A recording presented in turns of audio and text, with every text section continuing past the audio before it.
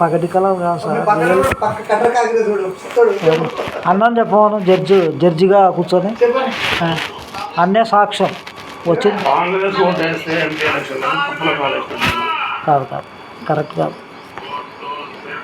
కాంగ్రెసే రావాలి, జెండా ఢిల్లీలో ఎగరేస్తారు. జగన్మోహన్ రెడ్డిని, కేసీఆర్ను, కవితని అందరినీ లోపలికి పంపిస్తారు. వీలైతే మోడీని, అమిత్ షాని కూడా లోపలికి పంపిస్తారు. చూడు, ఎందుకంటే వాళ్ళు పెట్టిన టార్చరు సోనియా గాంధీని, రాహుల్ గాంధీని, ఎంతమందిని, వాళ్ళ చిదంబరం కొడుకును పెట్టిన టార్చరు చాలా ప్రజలు అందరూ గమనించినారు. అట్లా పెట్టినారు వీళ్ళు. ఇప్పుడు కేసీఆర్ని పెట్టి తప్పు చేయడం వేరే అన్న. తప్పు చేశారా లేదంటే కోర్టులు చూసుకుంటాయి. ఇదే అదే కదా సార్, మనం కోర్టుకు పోతే 10 ఏళ్ళు తిప్పుతారు. మరి వాడి మీద, రాహుల్ గాంధీ మీద ఒకటే సంవత్సరం జడ్జిమెంట్ ఇస్తారు సార్. మీరు ఇంటలెక్చువల్స్, మీరు ఆ మాట అందరికీ సమానం కాదా? సిసిఏ ఎన్సీఏ చేస్తా అంటే ఎంత భయపడతారు? ఎన్సీఏ అండి, నువ్వు ఫారెన్ కంట్రీ పోతే నీకు లోకల్ భూమిని ఇంకో లెటర్ ఇస్తాడు తిరగడానికి కోసం. అట్నే ఇండియాలో దిగిన వాళ్ళందరికీ ఒక లెటర్ ఇస్తా అంటున్నాడు. మరి ఎందుకు వ్యతిరేకంగా చేస్తున్నారు? ఓట్ బ్యాంకింగ్ పోతారా? పాకిస్తాన్ దూరపడ్డోళ్ళకు, బంగ్లాదేశ్ దూరపడ్డోళ్ళకు వినండి, ఎందుకు భయపడుతున్నారు? ఇంకోటి సిసి అనేది చట్టబద్ధంగా చేస్తాను. నీకు నువ్వు చట్టం చెప్పు మాత్రం ఈస్ట్ బెంగాల్ అంటే బంగ్లాదేశ్, మయన్మార్ వలసవాదులు, నేపాల్ వలసవాదులు వాళ్ళు వెళ్ళిపోవాలి.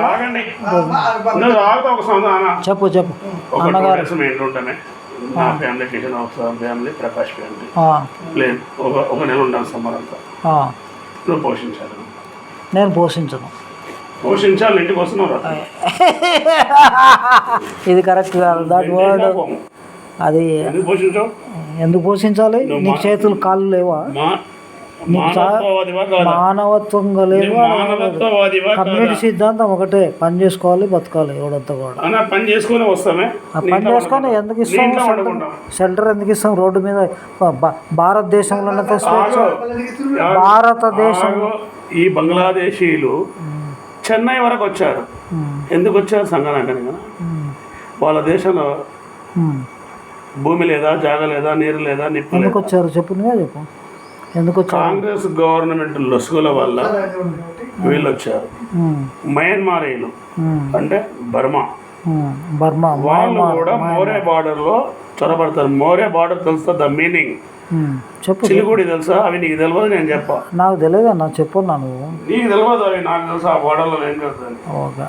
స్మగ్లింగ్ జరుగుతుందా లేదా? కాంగ్రెస్ ప్రభుత్వ విధానాల వల్ల ఐటీలో పార్థసారథి రెడ్డి కావచ్చు, అపోలో ఫార్మసీ కావచ్చు, కోట్లాది రూపాయల జిఎస్టీ ఎగ్గొట్టి అక్రమంగా అక్కడి నుంచి విదేశాలకు మెడిసిన్ ఎక్స్పోర్ట్ అవుతుంది.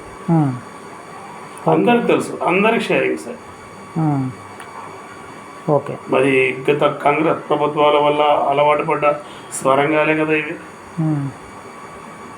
అదే ఒక పని కాంగ్రెస్ గవర్నమెంట్లో ఏ రోడ్ చక్కగా అయితే హైవే రోడ్ ఏవైతే అరవై గారి పుణ్యమాలు కూడా అవుతుందని దాన్ని చేయడానికే వచ్చిండ్రు.